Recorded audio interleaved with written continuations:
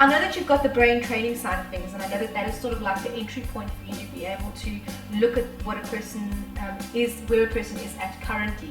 Because obviously in anything that you want to develop or grow in, you've got to see where you are to know where you want to go, and then know the pathway to get there.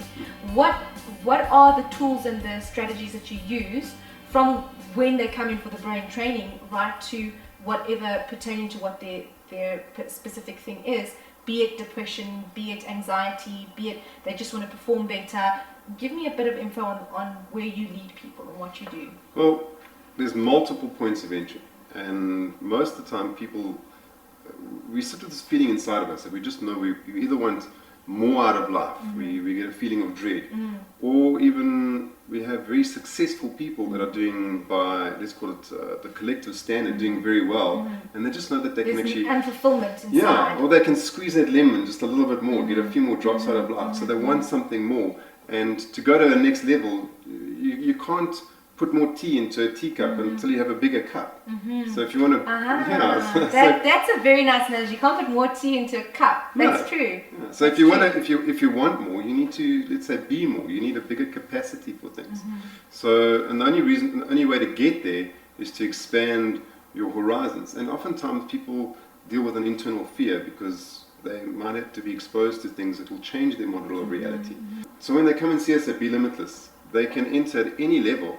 But when we do the brain training and we do a map, we can, that process is it's non-intrusive, it's non-invasive, it's very safe. Yeah, I remember that. In fact, it was actually very comfortable, and I felt like I was going to go to sleep. And I remember they put nodes on different parts of my brain.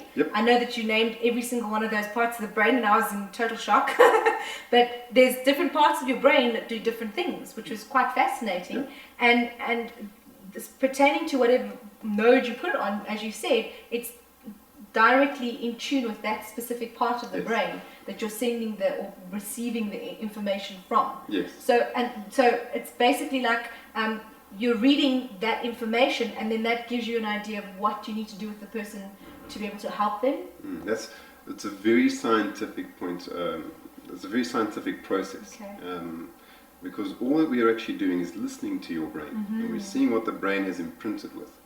But that has very little to do with your mental strategies. For example, when someone's, let's say, successful, or even if they are operating with some sort of dread or just this depression or anxiety, we're not sure how to get out of it. So the mental strategies that we all use are very different to the strategies that the brain will just use automatically. And this is why we offer all these different things. So a mental strategy, for an example, people will let's say they're dealing with a relationship and they're wondering how to communicate better with their spouse. That doesn't necessarily mean it's a brain issue. It could be just a very simple pragmatic way of how to talk to them, because those are the things that we haven't been taught. Remember, the brain needs information and it needs experience. So you might have been taught it at school. So you might have been taught it at school, or you might have been taught it in a for example, you go for a personal development course, and they say, so this is how you speak to your partner better. So this is what you should do in your relationship. Oh, that's very nice. I have the information now. But you never put it into practice. You never experience it. You never get the results. Then there's like a bit of a disconnect. So you're not going to get the results at the end of the day, because it's also about action, isn't it? It's not just about receiving the information and going, whatever, I've got to put it into action. Essentially, in the world at large, there's a huge dissonance between what we know and what we actually do. And we very seldom put them into practice. And going through the personal development workshop is somewhere where you can actually experience yourself doing these things. And this personal development workshop, is that the Harlequin? That's the Harlequin, yes. Okay. So what exactly do you do in the Harlequin workshop? Well, the Harlequin is an experiential thing. And the way that I can compare it is, it's like going to a restaurant. Or even opening up a recipe book. Do yourself a favor, open up a recipe book, and then I want you to find the picture of the most perfect pudding. Chocolate. Something with chocolate. And then lick the page. See, the thing is, oftentimes we read a lot of stuff. We read a lot of personal development stuff. We watch TV, we listen to DVDs, and we get the information. We very seldom get the practical application of it. Implementation of it. Now what Harlequin does for you is it actually gives you the real flavor of that delicious pudding, of what life is all about. And you get to experience yourself as how amazing you really are. Wow. Yeah, so That's it opens up a huge, we call it a vista. In other words, the deeper you go into it, the more vast it becomes. Wow. So the mental strategy side, it's, for me, the most powerful process I've ever seen.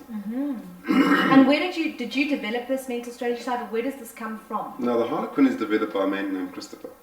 And I came into contact with it, almost 15 years ago now. And there was a stage where I was also doing very well, and I thought everything was perfect, and I started exposing myself to these things. And we just opened up a completely different world, where now the world starts to make sense, as opposed to just being something that you just have to do. Yes. So, no, I didn't develop that. The process was developed by Christopher, and he's been doing this work for over 25 years. Wow. It's not anything that's sort of fly by night, like a flash in the pan, or a quick gimmicky thing.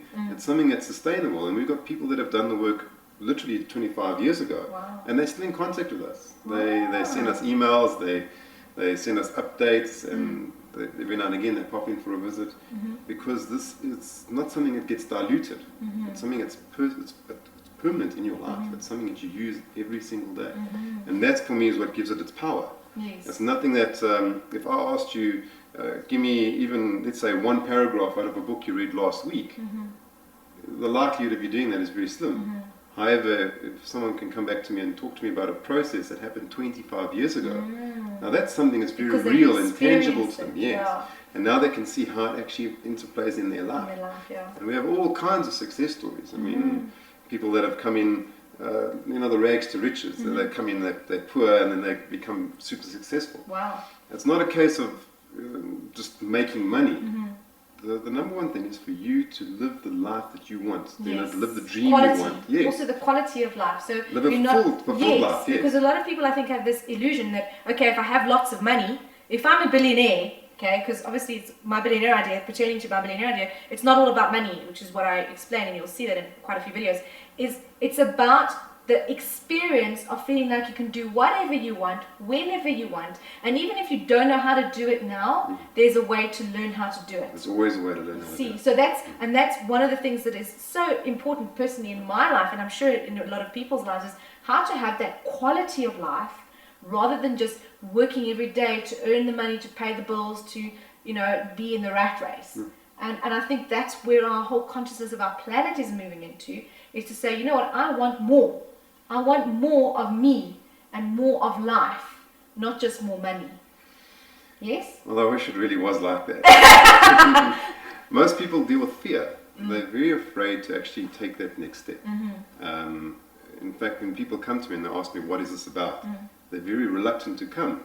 And our general turnaround is, I meet people 2 years. It takes them from meeting me from, let's say, 2 years ago, even 7 years ago. I've had partners or people that have been to our workshop, and they've waited 7 years to come, and afterwards they realize why did I wait so long? they've wasted 7 years, because it's just an initial fear we got to overcome.